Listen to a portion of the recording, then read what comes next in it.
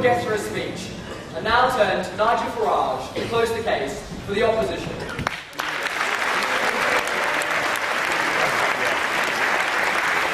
Thank you, Mr. President. Ladies and gentlemen, I want to thank my team for laying out a case, an impassioned case for democracy, a case from the Czech Republic for Euroscepticism, and interestingly, so often it's portrayed that the Eurosceptics are backward Little Englanders, and what you'll notice is that Eurosceptic parties, many on the far left, on the far right, some in the centre, but they're growing across the whole of Europe. And what a thrill to see Mr. Barroso again.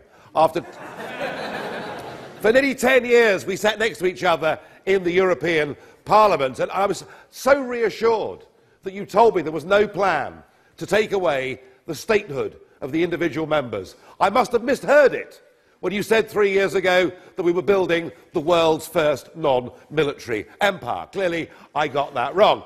And what fun to have another debate with Nick Clegg. A very different Nick Clegg to last year. Clearly, not being Deputy Prime Minister has done you, as a person, an absolute power of good, and that's marvellous. It's also brought out the real you politically, which of course is Euro-fanatic. You know, the College at Bruges, the European Commission, the European Parliament. But I'm sorry, Nick, you laid out a series of things that we know foreign and direct investment would fall into this country, that we know Britain would be a less safe place. And frankly, we don't know any of those things. You know, I will accept that none of us know what the future is. None of us know what the risks are if we leave the European Union. None of us know what the risks are if we stay in the European Union. It is about making a decision. But I think tonight is a moment perhaps to examine that relationship between Britain and the European Union. I want you please to think of Britain and the EU being like an old married couple. They fell in love and got married in their late teens. 40 years they've been together. In the early days it was pretty good, but it's been getting increasingly rotten over the last 25 years. Of course, a lot of people said, no, no, no, you must stay with him. Oh, I know he's a terrible bully. I know he makes all the rules and the laws in the house. I know he forbids you from making your own friends, but surely it's better that you stay together. And some who perhaps tended towards her side, they vexed themselves with a question. Could she cope on her own?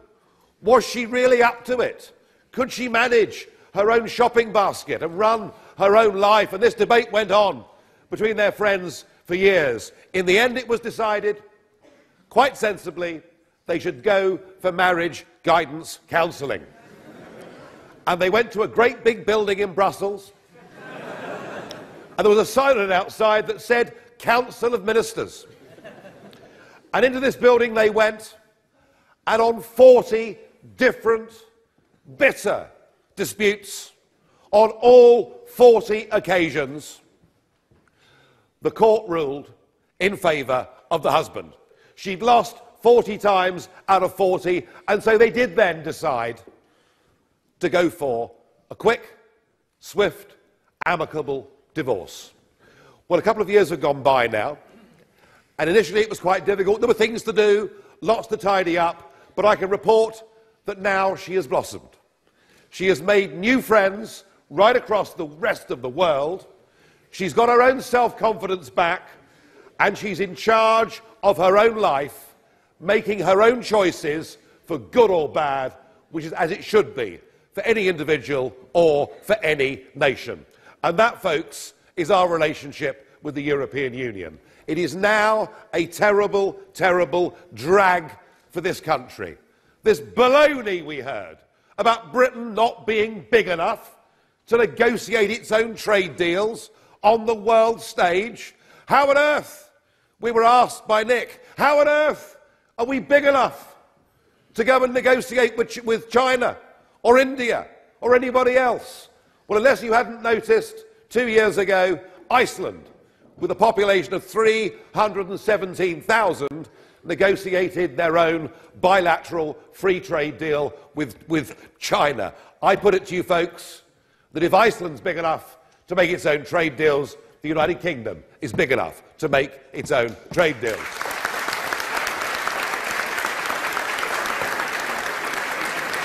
And the argument about the single market, championed by all of our speakers, and Anna, of course, who I'm sure we're going to see much more of as this referendum develops. But the argument that we have to be part of this wonderful, burgeoning single market, that we can't have our cake and eat it. Well, think of it, folks, like this. Just 15% of Britain's gross domestic product is engaged in the manufacture and sale of goods and also services to the European Union.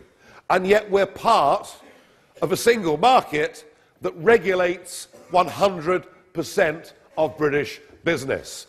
We are over-regulating our industries.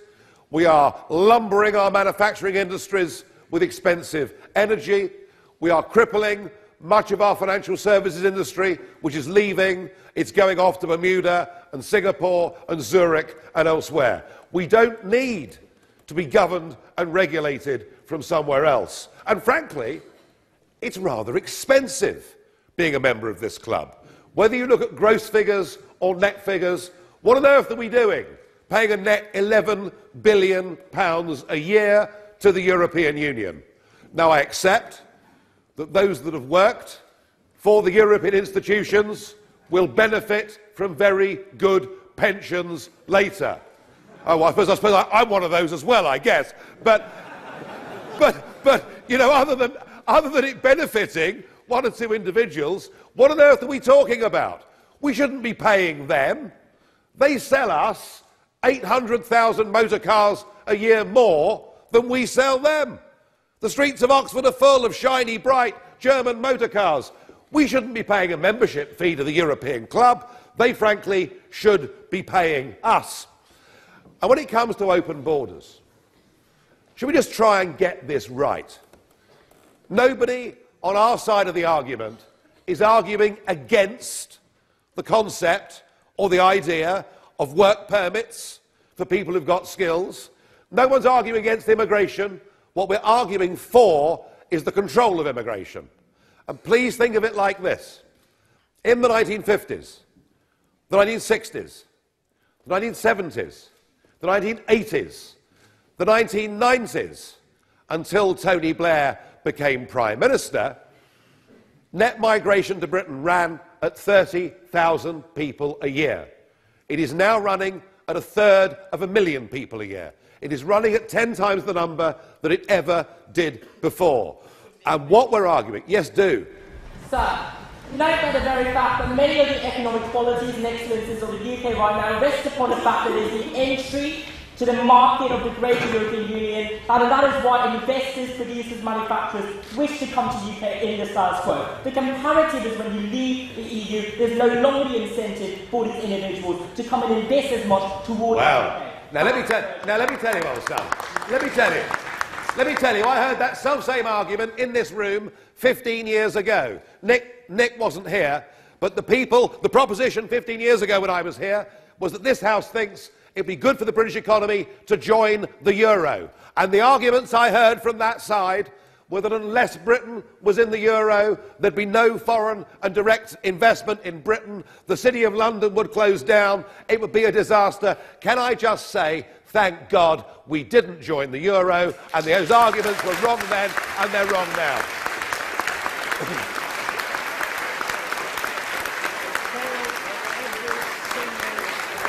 Let us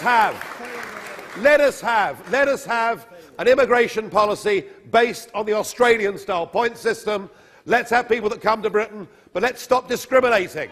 Let's stop discriminating against people who are engineers from India or doctors from New Zealand in favour of large, mass, unskilled migration from southern and eastern Europe, which, whilst it may benefit the big corporates and the big employers, has not benefited our communities or ordinary workers in this country. Yes, do.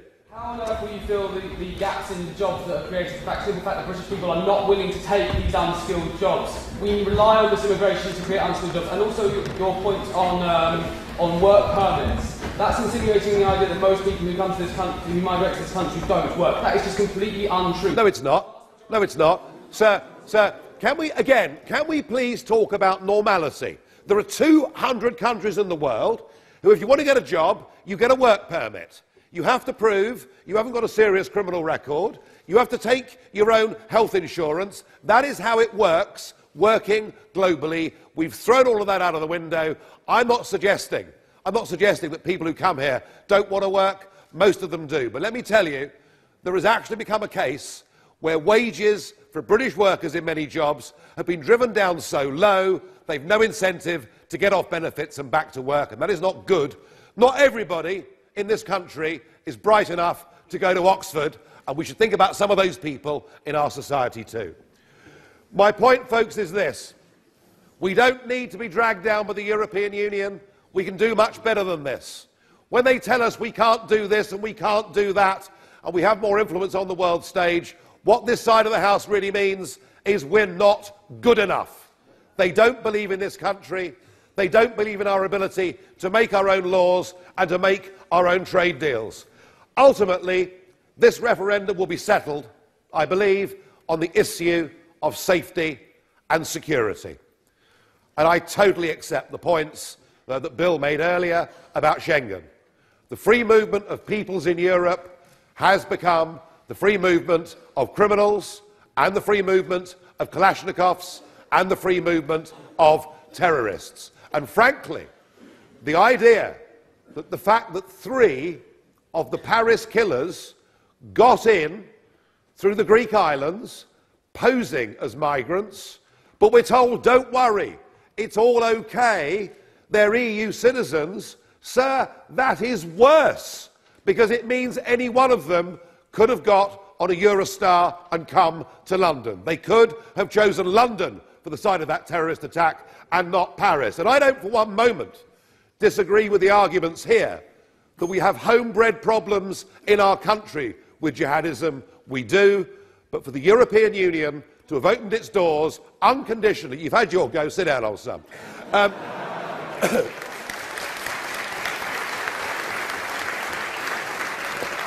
To unconditionally open your doors to hundreds of thousands of people a year risks bringing more terror to Britain. It is actually going to get worse.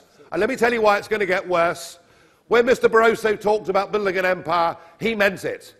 We now want to fast-track Turkey as a member of the European Union, a country 97% of which is in Asia.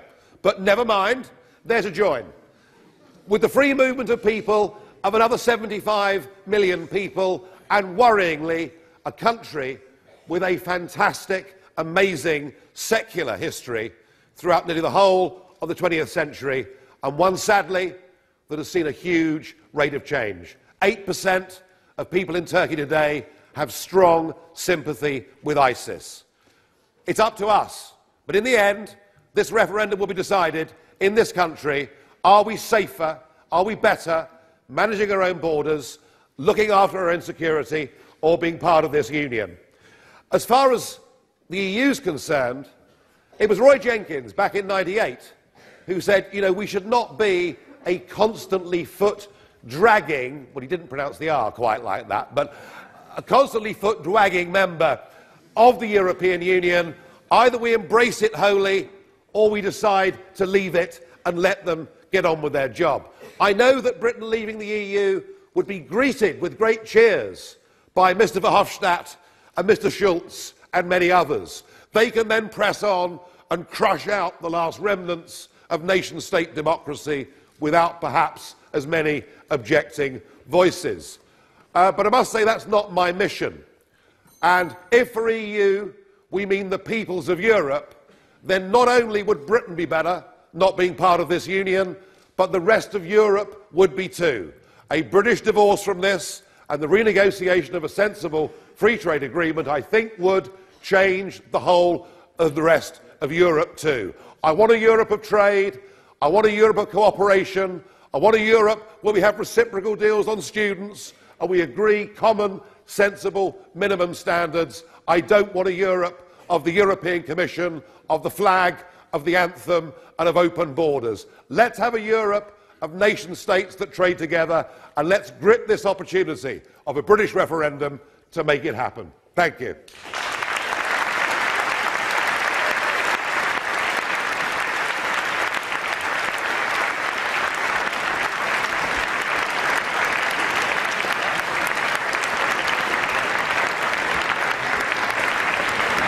The opposition and indeed to close the debate, Mr. Farage.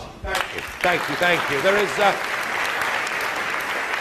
I thought with Nick at the end there is the political class defending itself against failure by inventing things that we've said. We haven't said we'll cure terrorism. We've said it's madness to import terrorism into the European Union on the scale we're currently doing. We haven't for one moment tried to put fear in people's hearts. We've tried to put optimism in people's hearts. Right across Europe, there is a new tide in politics, and it's this. The under-30s are turning against the European Union. They're doing it because they see a currency that is putting tens of millions into poverty. They're doing it because they're seeing immigration policies that they know are wholly unsustainable. They're doing it because they're self-confident about who they are and what their nations stand for. The one country in which it's not yet happening is the United Kingdom, whereas yet this debate has not yet kicked off. The argument, folks, is this. The European project was a great idea post-war. Get the French and Germans round the table, breaking bread and not bashing hell out of each other.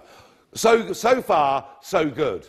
But like communism before it, the road to hell is paved with good intentions, and a project of cooperation and peace has turned, as Tony Blair himself said, into a project of power. It has outreached itself. It is not working. We in this country have the historic opportunity to stop it dead in its tracks, to reverse it, and to get back to a Europe of nation states trading together, cooperating together, but not attempting their grand designs and not trying to build their empires. You cannot be an independent, self-governing, democratic nation and a member of the European Union. It is your choice. Thank you.